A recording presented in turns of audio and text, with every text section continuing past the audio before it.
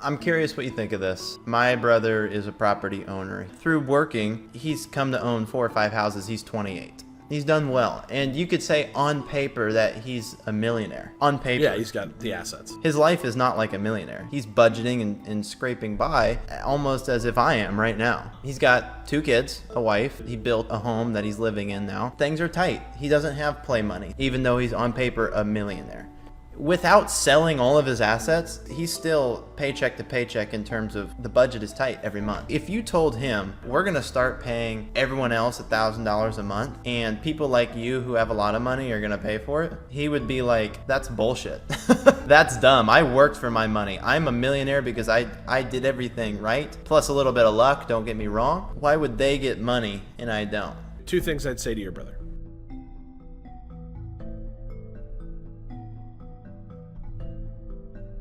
I'm curious what you think of this. If we're going to talk about the bourgeoisie and the proletariat, you know what I mean? Hold on, somebody hit the Marx button.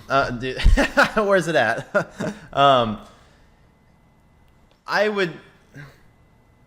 use my brother as an example.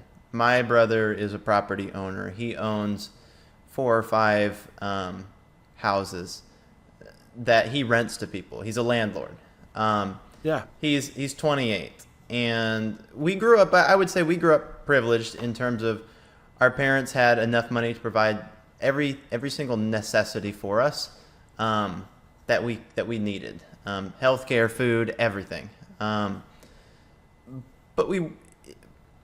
however, I would say this: he was never handed, $50,000 to go do something. You know what I mean? Like start a business. Right. It wasn't that type of wealth.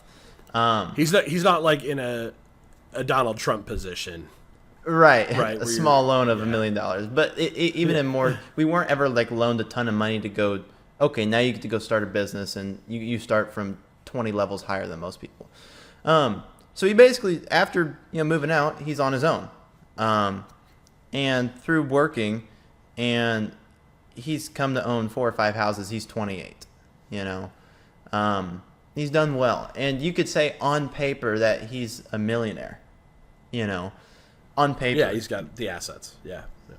But his life is not like a millionaire. He is, he's budgeting and scraping by almost as if I am right now, Yeah. He's got 2 kids, a wife. He just moved. He built a home that he's living in now. And things are tight. He doesn't have play money to go throw out, even though he's on paper a millionaire. And when we look at like saying he's in the top 1%, if we say 50% of people are paycheck to paycheck, compared to them, he's like way above. But he's not that far He's from probably budget not wise. in the top 1%. Right, But could you say he's in the top 20%? Yeah. Okay. Without selling all of his assets, he's still paycheck to paycheck in terms of the budget is tight every month. What do you if you told him that, hey, we're gonna start paying everyone else $1,000 a month and people like you who have a lot of money are gonna pay for it, he would be like, that's bullshit. Well, that's dumb. I worked for my money. I'm a millionaire because I did everything right, plus a little bit of luck, don't get me wrong. But why would they get money and I don't? Two things I'd say to your brother. Okay. Number 1, you're going to get this check too. Okay. You're going to get the check too. Everyone gets it. There's no means test. There's no, you make too much money, you don't get it. Does that mean I want to send a check to Jeff Bezos? Yes, it'll remind him that he's an American. Cool. Okay. So that's the first part. The second part is the way we tax it, if your brother is like you say, is coming from this consumption tax. Well, guess what? Now, if you do consume a lot and you throw around money and you're paying more of that consumption tax because you're consuming a lot. If you pay less, well then you're not going to experience those costs. It taxes the money when it moves where the profit is gained. The other thing is your brother's a landlord. I'm going to imagine that that's a decent portion of his income. Small single-family home landlords are in trouble right now. There's recent articles that are coming out that they just had to have a crackdown. They changed some laws because giant mega corporations have been buying up single-family homes and becoming mass landlords. It's easy. It's easy money for them. The problem is there's a big difference between a giant corporation based out of New York owning your house in Iowa than your brother who's a local landlord where if my faucet breaks, hey, I need help. Yeah. And that's somebody local to you. I think having the local landlord is really important for those people who are renting, right? Mm-hmm. I don't think you like working with the corporate landlord.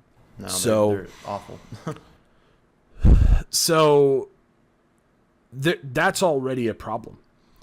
Imagine how much better off your brother can be in a world where all of his renters have more money to throw around. Yeah, they wouldn't be missing rent and screwing him. Bingo. Because Let me ask this, for every one of my small time landlord right now, that's part of the problem is people are so pinched and so broke that they can't rely on that rent check coming every month. And that's terrifying when you've got a mortgage on your couple of properties. And you got to now something happens, you got to sell your house, and who's buying your house? The corporation. Mm-hmm. And you've got to make a move. That's how these things happen. And it all funnels to the top. Mm-hmm. Interesting.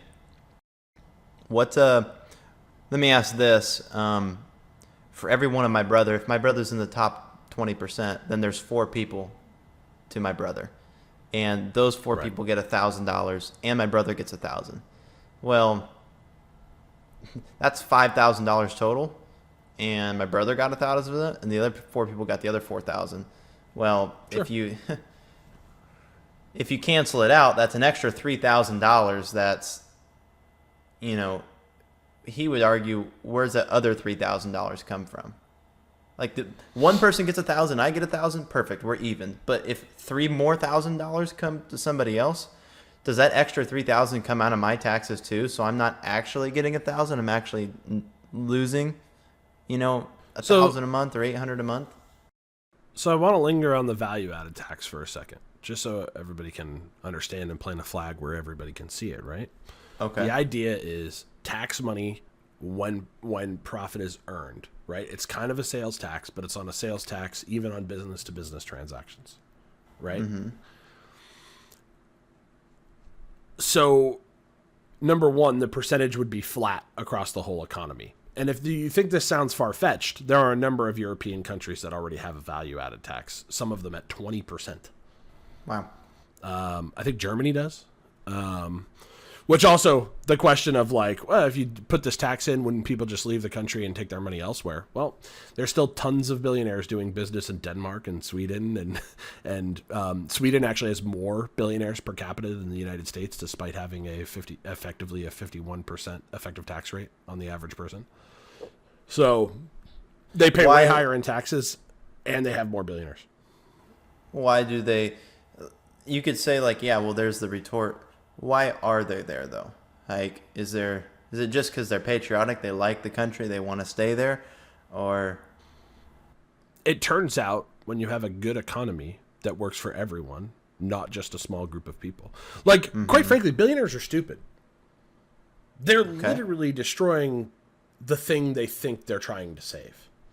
Most of them have wildly large egos. We've all seen it from the Musks and the Bezoses of the world, right? They think they're doing something great. Ask yourself a question. Drive around and just look around at the country and really take a step back and be like, am I happy with this? Am I proud of this? Is this the kind of country I want to live in? Mm-hmm. Crumbling downtown buildings, abandoned structures, dead malls, dying retail spaces, office spaces empty, going downhill, not being well kept. And then the only businesses you drive by that look really nice are financial institutions and insurance companies. We're creating this system where finance is the whole business. And everything else that has to do with raw goods and real things is struggling. Retail is struggling. Manufacturing is struggling, right? Like all these sectors of the economy are doing terrible. Finance is always fine. Finance never loses. And that's a problem. That's the least actually productive thing we do is finance companies, right? They don't produce anything. They don't make anything. They don't make our material lives better. They don't create very many jobs. It's just a way to make money on money. And that's true of insurance. That's true of, finance companies. That's true of banks. You could go down the list.